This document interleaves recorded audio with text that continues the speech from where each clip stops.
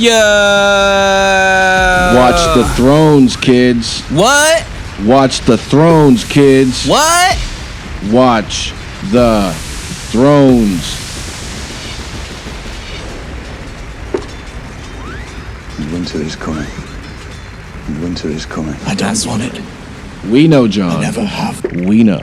No, nobody does not know. I don't want it. People who don't know I even never know, have. John. I don't want it.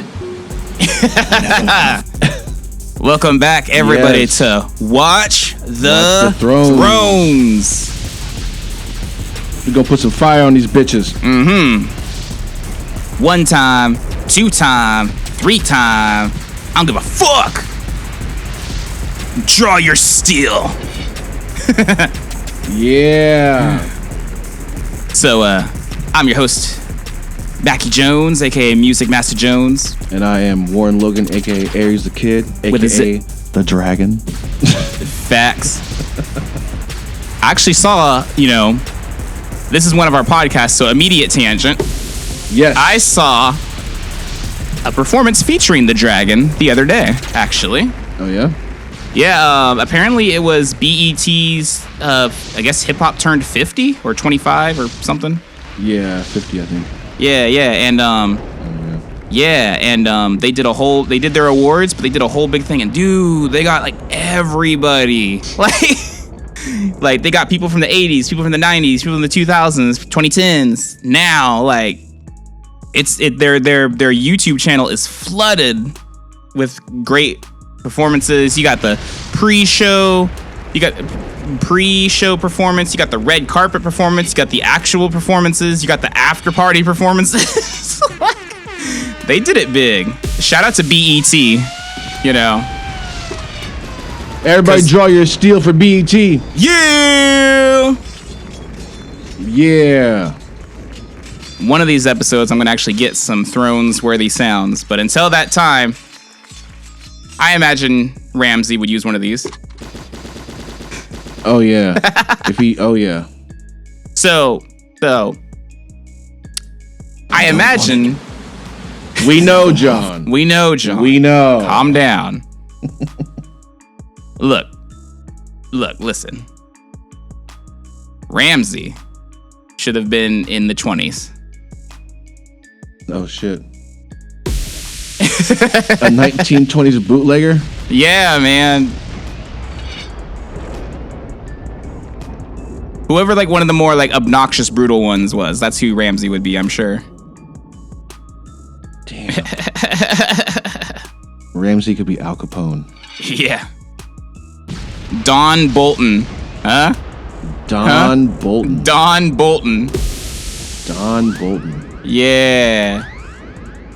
But yeah, so again, welcome to Watch the Thrones, where we talk about Game of Thrones, House of the Dragon, A Song of Ice and Fire, A Night of the Seven Kingdoms, Fire and Blood, all of the all of boroughs it. of Georgetown. Yeah. All of the boroughs of Georgetown. Come on. Yeah, give me your shit. Yeah, give me your shit, bitch. We're gonna light it up like Daenerys. Facts. Give me your shit, bitch. Do it up like Dunny. Yeah. And so just keep a lookout for all that stuff because but today I found a great video. It's from like a year ago. It's George R.R. Martin in conversations with the great, prolific Stephen King. Yeah. If you have not seen this, I'm sure it's going to be good. I have not seen this, so I'm in your camp. Yeah, I watched this shit at 12:30 at night. And I'm going to find out why we are going to call this episode Connected by Rats. Connected by Rats. There we go. Now it's in there. Now it's official. Uh-huh. Now it has to happen. Yeah. So saith the internet. Mm-hmm. For the watch. For the watch. So it's going to be a little bit different. We're going to do a reaction style episode. And we're just going to go for it. Just jump right into it, right? Let's do it. Please welcome to the stage George R.R. Martin and Stephen King. Yeah, let's go.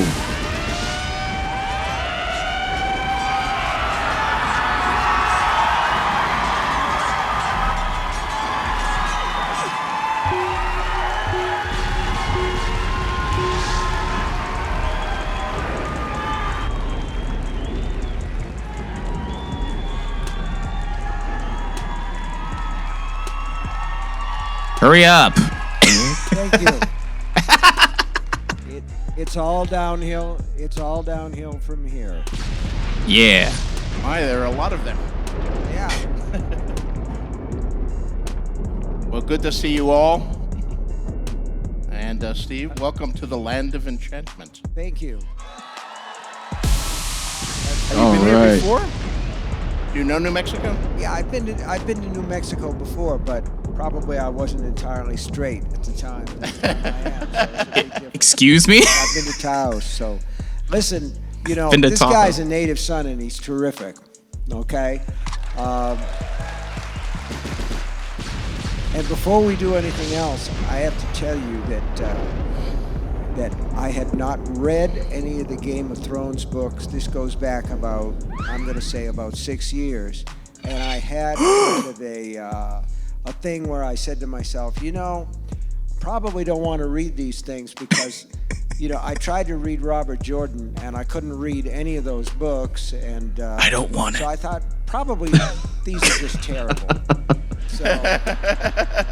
So, you know, I didn't have any real urge to go into them. My wife had them all, but my wife and I don't talk that much about books. We talk about everything else. Oh shit. Here's what happened. I was down in Florida. Oh shit, well that's already different. I don't want to go there. We turned 65 and it's the law, so. It's the law. Down in Florida, and I drove down, and we were having dinner with some friends when we were down there, and I started to have what I thought was a cramp underneath the left knee, and by the time that we got back to our house, I could barely walk, and I It was just had to grayscale. kind of pull myself up the stairs. And pretty What the soon fuck? it was all down my leg and up to my hip and everything, which scared the shit out of me because It was I had grayscale. an accident before where some guy hit me with a van, and that was on the right side, and this leg is not as strong. So Hey, wait, pause, I went to pause, the doctor, pause. and the doctor said, well, Who the fuck ran down Stephen King? Truth. We're riding on this motherfucker. Let's get him. Okay, I just had to call attention to that shit. I mean, it is a very valid question. And who the fuck let Shaq rap? Who the fuck let Shaq rap, and who the fuck ran Stephen King down with a goddamn van? Yeah. And who took Peter's cookie from the cookie jar? Who did take Peter's cookie from the cookie jar? I believe that was Brandon Stark. Oh shit. Okay. Easy now. He was all like, Winter is coming. So am I. Okay. All right. back to the nature at hand, or whatever you kids say these days.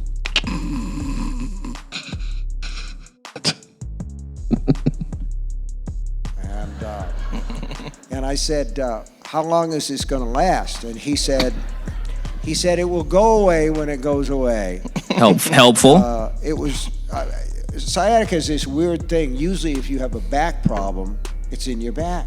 But this was in the leg, and somehow it's worse when you lie down. So I couldn't really sleep, and I had a book that I was supposed to record. We were in the Sarasota area, and I had to go to Bradenton, and it hurt to drive. Everything hurt, and I couldn't sleep. So one night while I'm awake, I'm saying to myself, I'll try one of these fucking George Martin books. Yeah. And see if this thing is any good. And it just carried me away. It just carried me away. Yeah. Let's go. Which are what books are supposed to do.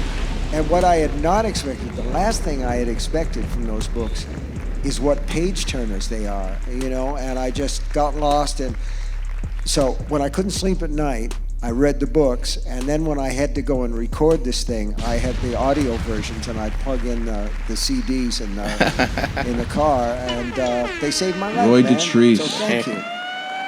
That's who narrates my I'm glad, audiobooks, because ladies you've and written gentlemen. many terrific books since. It would have been a shame not to do that. Steve and I actually knew each other back in the old days, by which I mean the 70s and the early 80s. In those days, he used to go to science fiction and fantasy conventions, Yeah. where we would run into each other at the World Fantasy Convention. We played poker together. We played poker together in a St. Louis convention, Archon. Oh, wow. Nickel, dime, quarter. And I learned then a valuable lesson. You cannot bluff Steve out of a pot, even if you raise a whole quarter. He just called all Shout my out to St. bluffs. Louis, down the street. But, welcome back to Sunday to stroll. Mexico. It's great to be here. And you're here with the concluding book of the Mr. Mercedes trilogy. Right. Which, And I got to say that I'm doing this with George now, and like last month, George did a conversation like this with my kid, Joe Hill. His name is actually Joseph Hillstrom King, but he didn't want to be. He didn't want to feel that he had made a success or whatever on my coattails, so he wrote under this pen name. And Hell he's got yeah. a book that is currently on the New York Times bestseller list. It's called The Fireman. It's terrific. yeah, it's amazing. An amazing book. An amazing book. And at the Jean Cocteau Cinema in Santa Fe, we still have signed copies. Yeah, So drive up to Santa Fe and get an autographed Joe Hill. that's right. And it's terrific, and you should buy it, but you should buy my books first because I'm older. And I'll die Facts. soon, so there. And I'll die soon.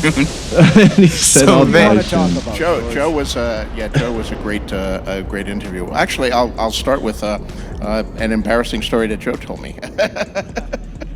So when your name somehow came up in conversation with Joe, I think it was before he made us all play kazoos. We're not going to make you play kazoos, by the way. So you can. I everybody guess goes, we've oh. disappointed them. You could break out the kazoos. And I got a kazoo story I got to tell, but Joe said that you and your wife were old hippies, and when he was growing up, every once in a while, you would cheerfully announce, "Tomorrow is Naked Day." And then he and his siblings would have to cover their eyes as you and Tabitha walked around the house all day naked. yes, I've heard that story from Joe many times. It's not true. What? And that story tells more about my son's ability to fantasize than anything else. No, it isn't true. I got to tell the kazoo story. Joe handed out kazoos because he wanted to get people involved and do a sing-along or something like that. And I said, well, maybe you can get him to play kazoos because almost everybody can play kazoos. Now, I used to play guitar with a group called the Rock Bottom Remainders. It was a bunch of... We are looking them up, by the way. All right. it was a Rock bunch Bottom of ladies. Remainders, huh? Mm-hmm. And we also had one part of this group that was called the Critics Chorus. They were rock and roll critics, and they were very literate. And the thing that I found out about critics, and I think that we sort of intuit this, is that rock critics can't play music and they can't sing.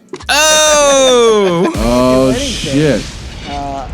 And we had one guy, Joel Selvin, who was a critic for the San Francisco Chronicle, and we did a song by the Trogs, Wild Thing, and it was the perfect song for the Remainders because it has 3 chords, E, A, and D, and it just sort of repeats. But in the middle of the song, the pop song, there was a kind of a sweet potato or ocarina solo, kind of a tootling little thing. And Joel Selvin really wondered what was going to happen with that. He was very worried about it. Finally, I said, Joel, why don't you do it? You do it on a kazoo. You just play the kazoo. Anybody can play that. And when the time came, Joel got so fucking excited that nothing came out. He blew so hard that it just wheezed. And but it was like Foghorn Leghorn in the comics. You could see the red going up his head. And it made me feel good because he was, after all, the enemy. Oh shit. I mean, as long as we're talking about Joe, both Joe and your other son Owen are themselves writers, so you have a whole family tradition here. Is that something that you wanted them to do, or was it the reverse, where you say, sons, whatever you do, don't become a writer? Do you yourself, was your father someone who encouraged you to be a writer, or your parents, were they readers? Was this something, a family tradition? Well, I don't know. I think that there is a genetic, component to this, and it isn't just the boys. My wife has published 5-6 novels, and including. Oh wow! I'll tell her you said that. Including one called Small World, which is kind of like a little bit like the Richard Matheson book, The Shrinking Man. So they get it from both sides, and my father was a writer who submitted a lot of stories to the pulp magazines like Argosy and Blue Book, but none of them ever got published. So, no, I mean, Tabby and I, the thing is, like, our kids grew up in a house where there were books everywhere, and there was TV, movies. We never really, censored their TV watching or said you can watch for an hour and then you have to do your studies or whatever. I think that the best way to teach kids isn't by laying down a lot of rules and that shit, but giving them an example and just, Yeah. And so the books were there, and the thing is, too, going back to Joe again a little bit, was I think creativity is a mystery. We talked about this a little bit, and I think that you have a package inside you that at some point it's like live material and it starts to stir. You get close to something, and for my son Joe, they used to drive us crazy. My wife called when Joe was 4 and our daughter Naomi was 6. My wife used to call the hours between 4 and 7 o'clock when they went to bed the hours God never should have made. Because they just fought constantly, and they'd fight over the TV or they'd fight over anything. And one day, just out of total desperation, I stopped at the drugstore and I got a G.I. Joe comic book. And I took him on my lap, and that was the end, man. That was the end of the fighting. That was the end of everything, because Joe just fell into that comic book world. And now he's got a comic series that he's written for years called Lock and Key. And nice. He's been successful at that, too. So It's interesting that your father was a writer who was trying to sell to the pulps, but failed at it, and yet... Damn! Did he encourage you to write even though he had He failed did. at it? My father was a longshoreman, and he certainly didn't. In fact, he said just the opposite. Son, you don't want to wind up on the docks unloading a ship. Do something else, but don't be a longshoreman. Facts. no, my father didn't encourage me to do anything because he split. Oh! My brother Shit. David was 4. He said he was going out for cigarettes, and it must have been a rare brand because he's still looking. But yeah, so Damn. The old I'm going out for cigarettes routine, huh? Uh-huh. and Shit. she was a reader herself. He did it when it was and cool. She read to us, and she When it read was new. comic books when we brought them home. She didn't like it, but she would. And I remember very vividly when I was about 7 years old, sitting out on the porch in this apartment where we lived in Stratford, Connecticut, and she read us Dr. Jekyll and Mr. Hyde. And I kind of, that was another thing that sort of tripped my dials. But around that same time, we were living in apartments in Connecticut, and my mother was working. She worked in a laundry for a while, and she worked in a bakery for a while, and she was a housekeeper for a while. And we didn't have much because our dad left her with a lot of bills when he ran out. But my brother came running into the room one time, we were latchkey kids before there were latchkey kids. So we got home from school. My mother was working. We had the apartment to ourselves. And David said, "You got to come up to the attic. I found a whole bunch of our dad's stuff that our mother had, stowed there."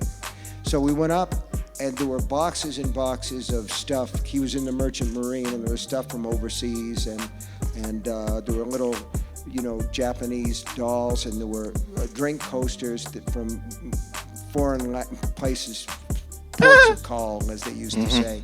And there was a box of books, and they were paperbacks, and the one on the top was The Thing from the Tomb by H.P. Lovecraft. And when I saw that, I said, that's really scary. This is what I want to do.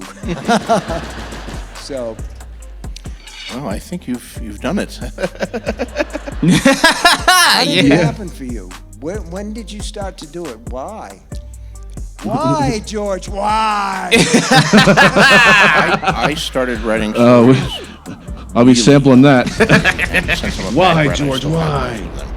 I mean, I have one of those speckly black and white school notebooks. Nerd. With an encyclopedia of space, where I would draw a planet and then I would write, block printing, because I hadn't learned to write yet, so I must have been like 5 or 6 years old. The characteristics of this planet.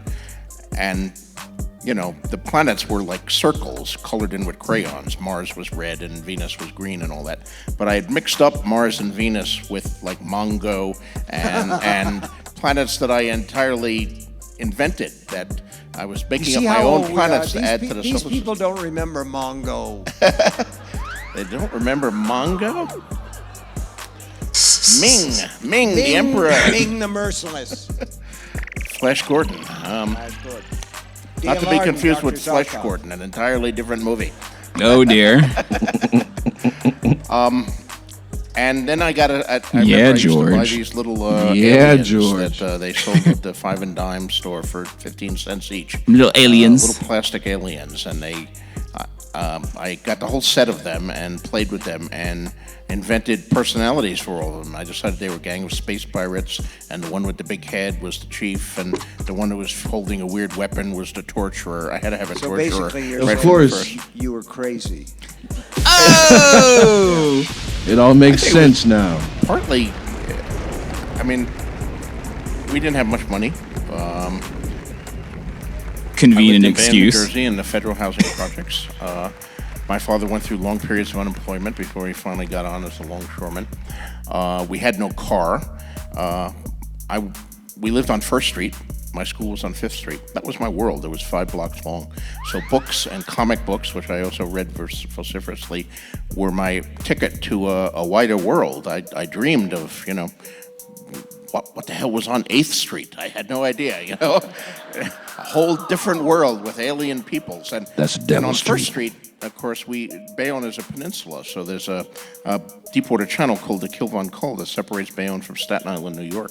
So I would see the lights of Staten Island from our windows in the dark, and that was, Shangri-La to me. And I invented all these stories to kind of explore the world. Backstrom. Yeah, I think that the same thing is true for me. I just started to fantasize at some point, and then I began to put the fantasies down on paper. And this is a wonderful job, but it's a strange job in that the stuff that I've written, there's one story called Survivor Type about a doctor who is muling heroin into the United States, and his ship sinks, and he is the only survivor. I love this story. He winds up on this rocky island where there's really nothing, and there are a couple of birds, and there's some water that gathers in cracks in the rocks, but he catches one of the gulls and eats it raw. And while he's chasing another one, he snaps his ankle, and after that he can't catch the birds anymore.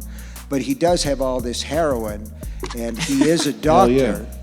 And at that time, I was living in a little town in Maine, and we had a retired doctor who lived next door. So I went over to him and I said, Dr. Drews, how long could a man survive by cutting off pieces of himself and eating them? And he gave me this look like, well, like I was fucking crazy. But I persisted, and finally he said it would depend. First of all, he would die if he didn't have anesthetic. And I said, well, he's got anesthetic. He's got plenty of anesthetic. And then I said, but what would be the biggest problem? And he said, the biggest problem in a case of cutting pieces of yourself off. You see, I got this idea because miners in cave-ins, when they run out of water, will drink their own urine. And he said it would depend on how long the patient could withstand the repeated shocks to his system. And he said he would really have to be a survivor type to do that. I thought, well, that's the name of my story right there, survivor type. And all I'm trying to say here is you just have these sick ideas. George has written his share, believe me. And instead of going to a shrink and paying the shrink, we write them and you pay us. Woo! There we go. It's a pretty good deal. Right. Truth. Well, I mean, did you always dream of being a writer? What was your first story sale, and how long did you have to submit stories and get rejections before you broke through? Yeah, I wanted to be a writer. That was, for me, that was the thing that I really cared about because I really liked to do it. From an early age, I was getting something back. You always know, like, when a kid finds his sweet spot because you don't have to tell him to practice. It isn't practice, you're getting something out of it. So I started to write stories and submit them around the age of probably 12, my first submissions. And I submitted them to Forrest J. Ackerman. Oh boy. Who had Famous Monsters of Filmland, and he had other magazines. There was a magazine called Spacemen, I think. And I got to see Forey before he died, and he had saved some of those early submissions. So, and they're written on a old Royal typewriter that I had. So yeah, I started to send stories out, and good old-fashioned typewriter, ladies and gentlemen. I nail into the wall of my bedroom, and when I got the rejection slips back, I would put them on that nail. And by the time that I was 16 or 17 years old, the nail tore free from the plaster, so I just got a bigger nail. And then when I was 19, I sold a story to Startling Mystery Stories. It was called The Glass Floor, and they paid me like, I think, $35. That was my first sale.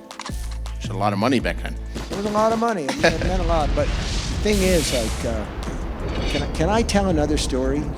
Sure. Another one. I sold two stories to those Robert Lowndes magazines, Startling Mystery Stories. Right. I remember them. There was another one, Tales of Horror and Suspense or something. They were small checks.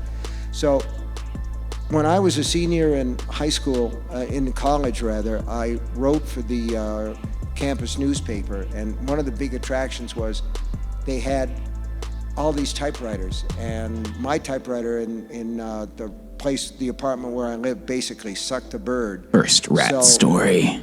They had these typewriters, shit. And just before I graduated, I had an idea. I'd worked the summer before in a woolen mill, and when 4th of July week came along, the foreman said, we're going to shut down the mill for a week. Now you have your choice. Either you can take the week off without pay, or you can join this cleaning crew. We're going to go down and we're going to clean the basement and the sub-basement where nobody's bothered to clean anything out for years. So I took the week off, and when I came back, this guy I worked with in the dye house said, oh man, Steve, you should have been there. It was far out. They gave us hoses, and we went down there, and there were rats everywhere, man. They were jumping out. They were as big as cats, and we washed them down the gullies and, into the Androscoggin River. So I was thinking about this, and I said, I'm going to write a story, but in my story, there's going to be even bigger rats, and they will have mutated down there in the dark. They're going to be as big as cats. You. They're going to be as big as dogs. And so that story was called Graveyard Shift because that's when they were doing it. And We ain't done yet, though. I was working on this story, and one of my friends came in, Mac came in, and he said, "What are you doing, Steve?" And I said, "Well, I'm writing a story about giant rats under a mill, and this cleaning crew is kind of besieged by these rats and driven backward." He said, "Man, that's great." He said, "What you got to do is like one of these guys goes crazy and he's running around and he's ripping rats' heads off, and flinging the bodies aside and everything." And I thought to myself, it's good, but it's not literary, okay? It doesn't have that sort of like feeling, that kind of like John Cheever, John Updike kind of feeling of. So what I did instead of that was, because he was on the right track, he wasn't shooting high enough. So in my story, one of the guys is bitten by rats all over his legs, and he screams, and while his mouth is open to scream, a rat climbs into his mouth. And I just wanted to try and do it as elegantly as possible. So you can feel the rat's fur on the roof of his mouth and the legs scrabbling at his chin and his throat as the rat grabs hold of the guy's tongue and rips it out of his mouth. And I sold that story for $200. Oh! Okay? Which is more than 35. It's more than 35. It was more than 35. You were moving up in the and world. That was to Cavalier magazine, and I sold a bunch of others to those. I got married the next year, and we had a little girl, Naomi, and when she got the ear infections, my wife would say, "Hurry up, think of a monster." Oddly enough, rats helped launch my own writing as well. Oh, we ain't done. They've been good to us. Rats have been good to Steve They and have, George. yes. I think I was a sophomore in high school, and I was kind of a nerdy kid. I wasn't one of the cool kids. I wasn't good at sports. I was good at honor roll and stuff. But that doesn't cut any slack in school. That just gets you more abuse. Facts. But sophomore year, one of my English teachers was teaching Poe's Pit and the Pendulum. And he said, this story has a terrible ending. If you remember that story, the guy's in the pit, the pendulum's coming lower and lower, and then suddenly in the last paragraph, trumpets sound, and the pendulum pulls up, and he's saved. The Inquisition is in the hands of its enemies, is the last thing. And my English teacher said this is a classic example of the Deus Ex Machina. So our assignment was to write a better ending for the pit and the pendulum. Boy. So I wrote an ending where the rats came out and ate the guy, and they ate his cheeks, and they ate his toes, and they ate his face, and the pendulum cut him in half, and he died horribly, screaming in horrible pain. I thought it was a much better ending than the one that Edgar Allan Poe came up with. Yeah. It has a certain uplift to it, I feel. It does. But what was the real boost for me is the teacher liked it too, and he had me read it to the class, and suddenly all these kids who'd never thought much of me thought I was the coolest kid in class, man. Wow, what a great story. The rats ate the guy. They loved it. And I said, "Oh, I got to do more of this writing stuff. It's really pays off." Yeah. That's pretty much my experience with it too. And There one you of go. the things it's love it. funny is we do this, we talk about these things, and you guys all laugh and applaud, but later on, when you get home and you're in the dark, it's not going to seem so funny then.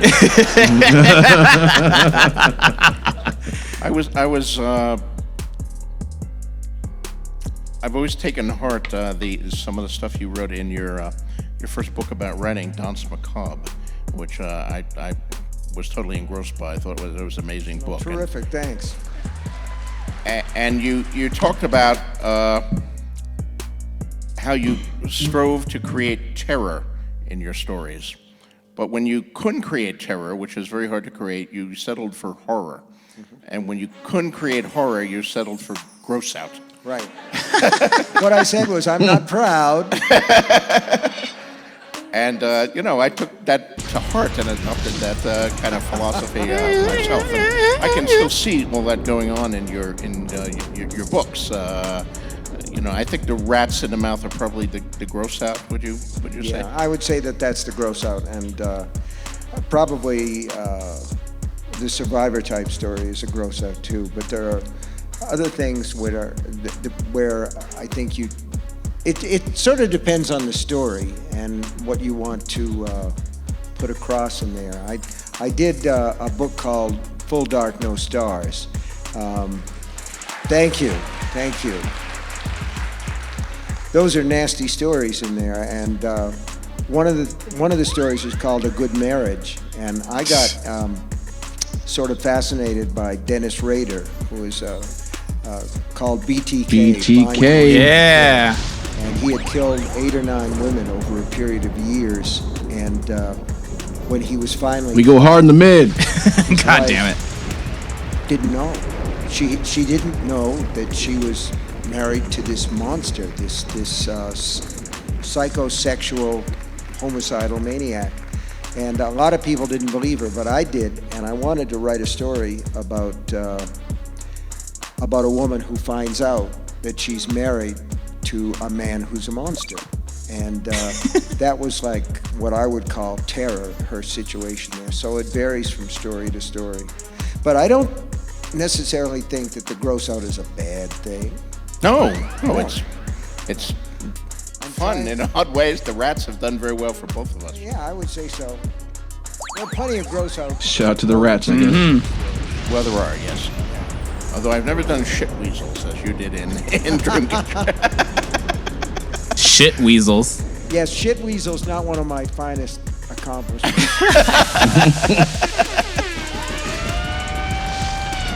I think actually, to my mind, the finest gross out movie moment was in a movie that I wrote called Creepshow. Yeah. Yeah.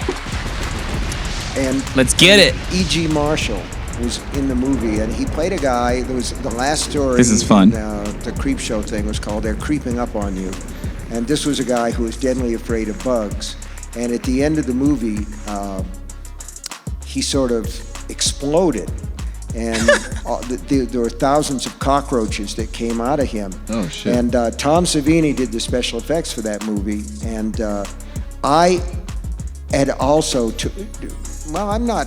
Yes, like no digital, all handmade shit. Humiliated. I played a character called Jordy Verrill in that movie. Mm-hmm. And to this day, fans come up to me and say meteor shit. Which I just did. So, hey! There you go.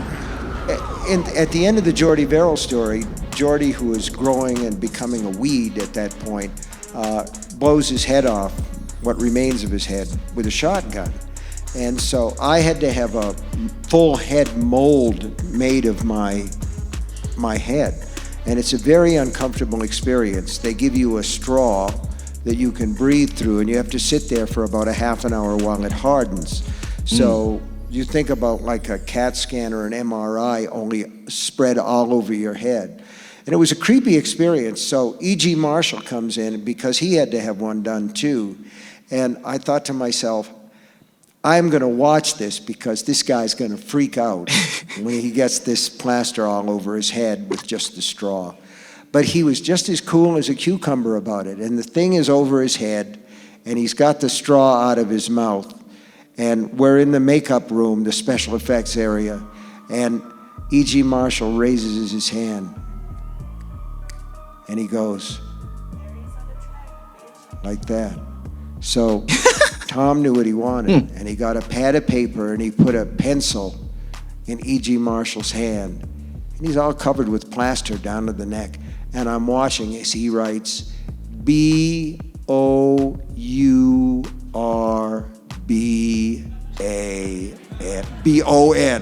bourbon. So got some bourbon, and they got an eyedropper, and they put it down that straw. Yeah. There you go. And he was just as happy as a pig in shit. So I have avoided that experience so far.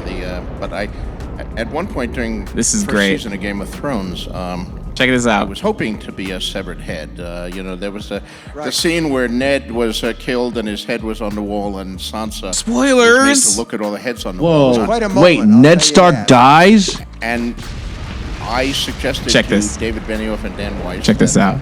the three of us be the heads next to Ned, and they were all cool for the idea. So we were all going to have our severed heads made and mounted on the wall.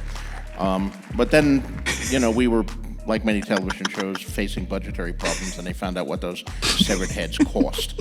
So they said, sorry, George, we can't afford to make up these special severed heads for just a shot. Instead, they recycle a lot of things in Hollywood. Instead, they bought a big box of used severed heads from a previous production. As you And do. We put all those severed heads next to the wall. And they were cheap. We got the box. I don't know what they came from, the severed heads that we got in the box. But they were cheap, and they saved us money, and everything worked well. Except one of the severed heads was George W. Bush. Oh, shit. And that was fine, too, because he was bald, and nobody mentioned him. Until like a year later, when they're doing the Blu-ray version, and one of the directors doing the commentary said, "Oh, and you see the head next to Ned? That's George W. Bush." And of course, the right-wing talk radio got a hold of it. Rush Limbaugh was having kittens, and people were claiming we wanted to assassinate the ex-president, and we were Hollywood liberals who had mounted head, and I'm trying to say, no, it was we just bought a big box of heads. Anybody's heads in there. you know what? I'll tell you what. That's what you get into when you do what we do. I mean, it's a wonderful thing, but it's really strange. We did a mini-series of The Stand, and we filmed a lot of it out here in the West. Thanks. Thank you. And we filmed a lot of it on location in Boulder, Colorado, because a lot of it's set in Boulder. And we did this one scene where Harold Lauder and he's on this burial crew, and they go into a church where the people have gone when they're sick before they expire, and the church is full of dead people. So we needed to fill a church with dead people, and the director, Mick Garris, had a call in to some special effects people that he knew that had worked with a couple of other directors who'd done zombie pictures. So the people in Boulder were treated to the sight of 2 pickup trucks full of dead bodies. They were coming to this church on the west side of Boulder, and they were all spongy, because that's basically what they are, and they're all kind of bouncing up and down, and it was very realistic. They really looked like, dead bodies, which they're supposed to look like, because it's Dead homies. So let's Facts. Let's just transition there. He's talk about like, something moving a little right more along. serious for a moment here. Let's talk about a little bit about End of Watch and the Mercedes thing here. Your villain, and you guys haven't read it yet, but it's terrific. I think you'll like. I hope you've read the first 2. If you just picked up this book here, you have 2 more to read before it. That you have to read them in the right order, because it's a trilogy, starting with Mr. Mercedes. there you go. Buy them all and give them to your friends. And Yes. shameless. Mr. Mercedes begins with Brady Hartsfield, your villain, who's a pretty villainous villain, driving his Mercedes through a crowd of job seekers who are lined up, poor people who are trying to get a job at a job fair. Just They've wanted lined a up steak. And killing a whole bunch of them, crippling wanted and a injuring steak. many more. A completely unmotivated. I just wanted a act of steak. random violence, and of course, all of us have this in mind these days in light of just what happened in Orlando.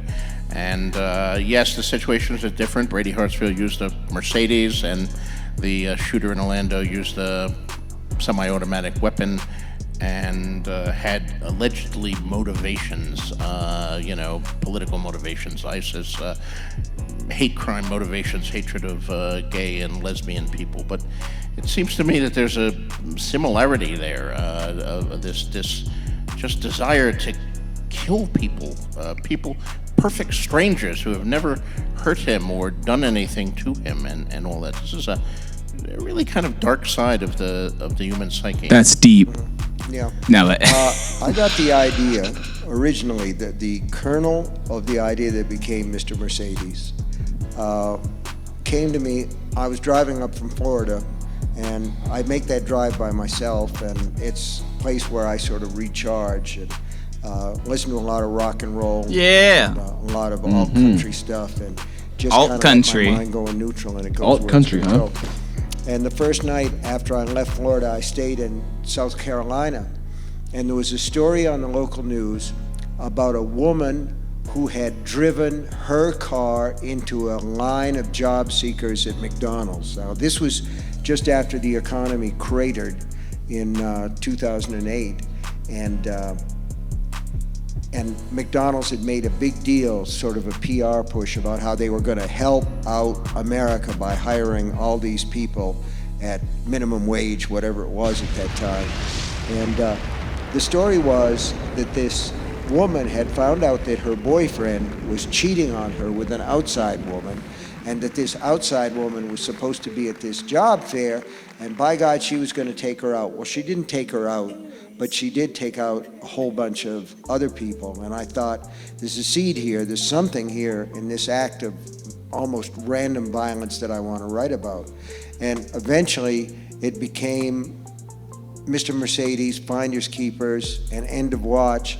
And I was able to go back to the original crime, the job fair, with each one of those books, but to take it from a different perspective, so that you're seeing it from three different angles, if you will.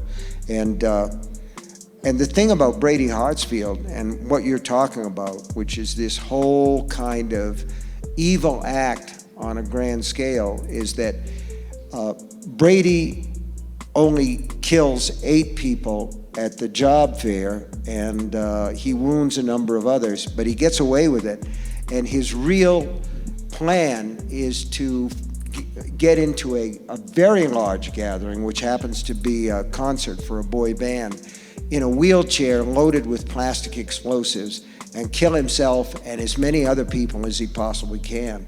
And he has random thoughts of violence that come and go. He thinks about, well, maybe I could assassinate the president, and then he thinks, no, maybe I'll assassinate Brad Pitt, or maybe I'll assassinate Lady Gaga or Adele. It's either the Oh, president shit. or Brad He Pitt. wants to basically, Goddamn. Lady Gaga he's and a Adele, nobody, though. okay? God And a damn. lot of these guys Shit. are nobodies who see their way to some kind of stardom by creating an act of mass terror. That's right. And of course, the sad thing about Fuck 'em. this is that we remember the killers. The North remembers. Hey, yeah. Forgotten. And that's one of the things that makes this a self-perpetuating act. But I would argue that someone like the man who shot all these people in Orlando, he may have pledged allegiance to ISIS, but before that, he was a spouse abuser and somebody with a lot of anger. And I think that in a lot of cases, these acts are perpetrated by people who may put some political icing on the cake, but basically they're just fucking crazy. They're just pieces of shit, basically. Facts. Straight facts. And I want to say one other thing about that if that guy had gone in there with a knife, he would have been overpowered before he'd stabbed more than 4 people. And Well, I mean, let's not write him off. As long as That's fucked up. Anybody who's got only 2 wheels on the road can walk into a store and buy a fucking killing machine, like an AR-15 or something. This is just going to go on. I mean, it's really up to us. Oh, well, that's kind of, okay, my bad. But, facts, though. I mean, my fantasy series, of course, is often compared to Tolkien, and I've talked in many interviews about and I love Tolkien. I'm the biggest fan in the world of Lord of the Rings, But Me too. Oh yeah. Yeah. Tolkien's view of good and evil in that is... Wanna fight about it? Evil is externalized. It comes from Sauron or Morgoth before it, and there are orcs who are absolutely irredeemable, and the good people get together and stop the orcs, and most of the good people are good. I've always been more attracted to gray characters, and I've said in many interviews, well, I do think the battle of good and evil is a great subject for fiction, but in my view, the battle for good and evil is waged within the individual human heart, and it's our decisions. We're all partly good and partly evil, and we make decisions every day, and we may do a good thing on Wednesday and then an evil thing on Thursday, or a selfish thing, and it's all Sounds like very a good day to me. Backstrom. Goddamn. approach that I've taken. But I'm also a huge fan of Lovecraft, and I think you are too from reading some of your books, and I see Lovecraftian influences in things like the end of Revival. The vision of the afterlife there is a terrifying Lovecraftian moment. The short story, the name I'm forgetting, about the standing stones, that everyone who sees Right, them yeah. gets OCD. That's a very Lovecraftian It's an easy story. title to forget. It's just N. Really? Okay. And The Mist. The Mist is another Shit. incredible story. Very Lovecraftian. This mist escapes, and who knows what the hell is in there, but it's really scary in there. It's going to be a TV series from Spike, too, and I think it might be interesting. Yeah. All right, well, Have you seen the movie? But no. Oh, dude. I didn't know it was a movie. even though I see the crazy. Lovecraftian things, when I look at your books, the real villains are the people. I mean, Carrie kills a lot of people in that high school, but she's not the villain. The villain is the mother and the other kids who torment her and do that. Misery. Annie Wilkes is what a horrifying creation, and one that both you and I live in constant terror of. And any successful writer. Check this out. And by the way, we were talking earlier in the green room there, and Steve asked if anyone ever showed up at my home, and people do occasionally show up at my home. But the creepiest thing that ever happened to me is one day there was a package in my mail, and I opened it, and it was just a paperback copy of Misery. No letter. Nothing. Just I'm your biggest fan, It George. was from your number one fan. Like, what the I mean, fuck? under the dome. What the fuck? Maybe you could say the aliens are the villains who've trapped it, but it's really the horrible, ordinary people under the dome who start doing these incredibly horrible things to each other. And Brady Hartsfield is a very clear and vivid example of that. Just a human being who's, The Mist is another one. I mean, there's the Lovecraftian monsters, but it's the crazy religious woman in the thing who really makes things 1,000 times worse. So, I don't know. What are your views on the nature of evil? Is there an external evil in the universe? Is it Sauron or Satan or Cthulhu, or is it our own fucked up human natures? It's interesting because you're right. There's no Sauron in the Thrones games. I mean, the evil weaves itself in and out the same way that the good weaves itself in and out of the characters. And one of the things about the thing is, I wrote a series of books called The Dark Tower, and those books were all done. Basically, the 7 Dark Tower books are one long novel that never got edited because they were done either as short stories or they were done as limited editions from Donald Grant Press. Nobody edited them and nobody copy edited them. So I went back and I revised the first one, and I really need to go back to all of them. And one of the things in there that to me is a problem is my version of Sauron was the Crimson King, and you see this mark, the Eye of the King, all the time.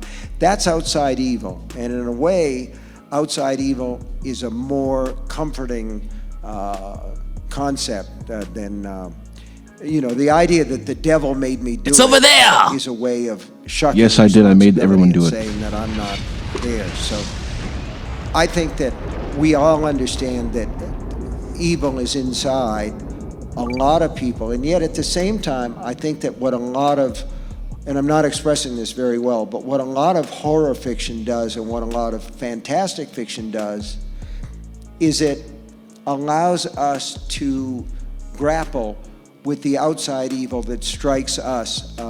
You get a call on the phone that says your cousin is dead because he was in that Orlando nightclub. Or you get a call like in the thing that makes End of Watch start.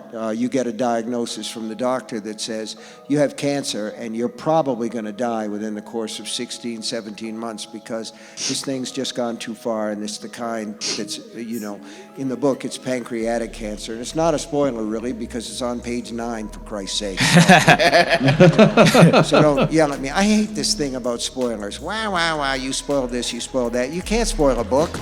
Jesus Christ, it's a story. I mean, you go in there to have the experience. It isn't like, getting a G.I. Joe from the, in your cereal box or something. I told you I'm Rosebud not is the sled. So there are two kinds of evil. There's inside evil and there's outside evil. And I think that when we have the John Carpenter stories says the like, same thing. N and the Lovecraftian stuff, we're trying to cope with the sort of things the guy who wrote Halloween. bad things that we don't Yeah. understand. He says that a lot. George, we're going to have to wrap this up pretty soon. Is there anything that you've always wanted to ask Load 'em up. me?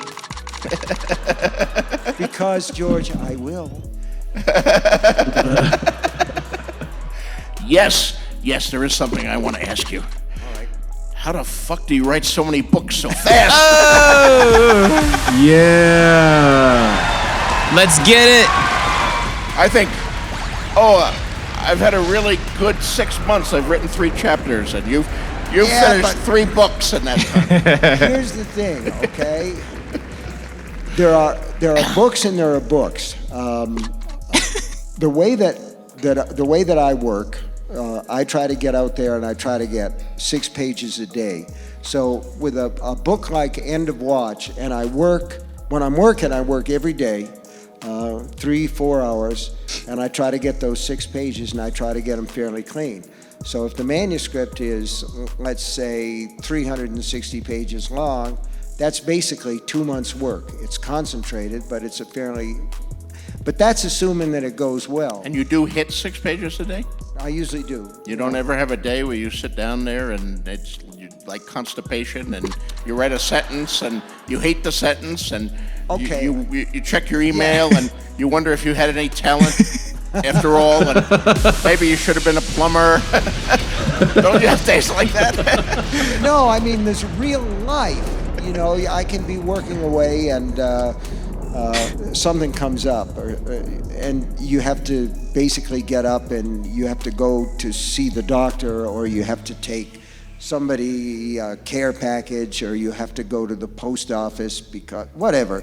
But mostly, I try that to get shit. the 6 pages in. Although entropy tries to intervene. I did an event at Radio City Music Hall Yeah. for charity with John Irving and Joe Rowling. Yeah. This was the time, Well, J.K. you Rowling. know.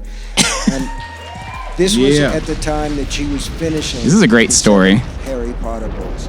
And I know that I've been very fortunate as a writer, and you've been terrifically fortunate as a writer. You worked for a long time, wrote a lot of good books, won a lot of awards, and then out of nowhere, all of a sudden, this crazy thing happens where all these books are suddenly New York Times bestsellers, and God knows it's deserved, but it's a sort of sudden thing. And here's the other thing, okay? People yell at you and say, "We want the next book. We want the next book." They're like babies. We want the next book right away. I mean, it's a great thing to want that, but the pressure that you feel or I feel compared to that final Harry Potter book, everybody wanted that, and she came to New York and she was nearly finished with it, and she'd agreed to do this event. And Joe was trying to do 3 things at once. She was going to do a vacation with her kids, She was going to finish the last 5 or 6 chapters of the 7th Harry Potter book, and she was going to do this event. God damn. And she showed up to do the sound check at Radio City Music Hall, and she was dressed like any housewife or mother or anyone who was on vacation. She had a shell top on and white clam digger pants and loafers or sandals or something, and her hair tied back in horsetails. And we were trying to talk about what we were going to do and everything. And the Scholastic Press publisher is pulling her aside and talking to her. And Joe was very polite. But when she came back and talked to me, she was really, really angry. And what she said was, they don't understand what we do they? And I said, how can they understand when we don't understand? Oh. All too true. But I do understand that our hour is up, sadly. We could go on for 8 more hours here, so I hope you come back to the land You of guys have enchantment been someday. great, and George has been great, and thank you so much. Yeah. Thank you. Thank you. Thank you. I'm Stephen King, and I get the last Read word. more books. Read more books. Read more books. First time I've endorsed that message. Yeah, so Very, very nice. there you go. You know, I don't want to, we don't need to go on too much longer past this because, for those of you who stuck around for the whole thing, thanks, because, that was a lot, but wasn't that awesome? That was pretty awesome to hear them just talk, and it's listening to writers talk is very interesting. Yeah. They always, you kind of hear their like natural way with words sometimes just kind of come out. Yeah. So yeah. Like you can tell when someone's used to describing things, because then they'll go out of their way to describe. Like we didn't need to. Now I'm cool to know what J.K. Rowling was wearing. What? No, but like we didn't necessarily need that information, Right. But right. it did it paint the picture? Yes, it did. Yes, it Is did. he a picture painter? Yes. Yes, he is. And Stephen King, the painter, everybody. There you go, the painter. But yeah, the and the difference in style too, you can tell like, but kind of the similarities. Both, with their rat stories, but how they flipped it in different ways. And you see like, of course, it wouldn't just be the rats eat them. Then the thing has to cut them in half. Bruh, come on, George. Yeah, George. 92. 92, George. 92. What I've been really trying to take away from it, and I've actually seen a short from this whole thing. I saw a short last year where they had George going, "How the fuck do you write so fast?" And so it was cool to see that contextualized.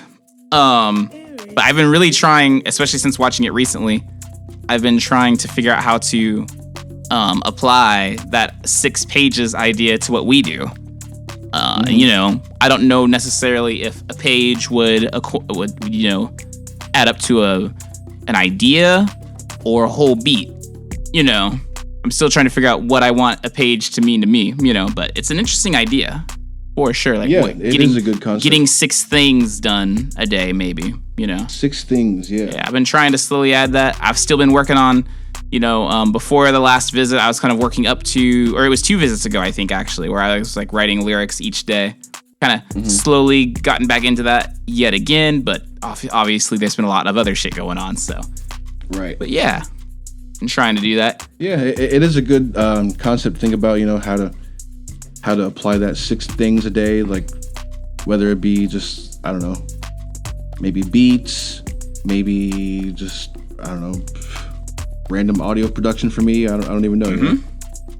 Random shit like that. Like maybe a mix, but at the same time, sometimes a mix can take those 3 or 4 hours. But I think the key is like locking down those 3 to 4 hours. for sure, because you can get a lot done in 4 hours. Yeah, you can. Like undisturbed 4 hours. Like, yeah, you know.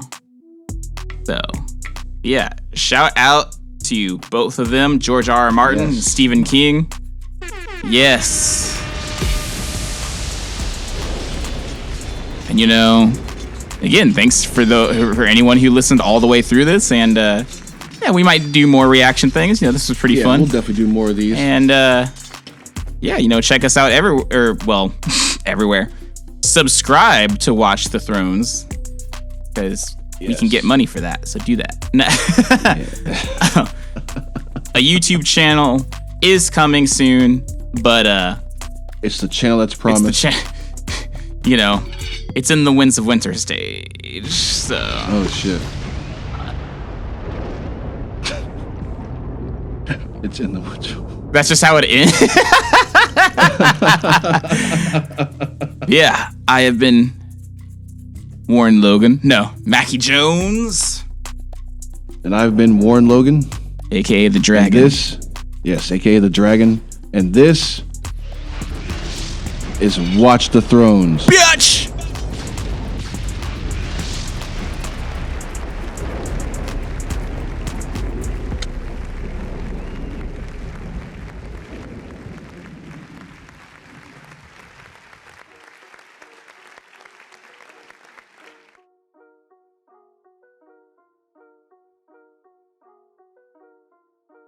Aries, your weekend.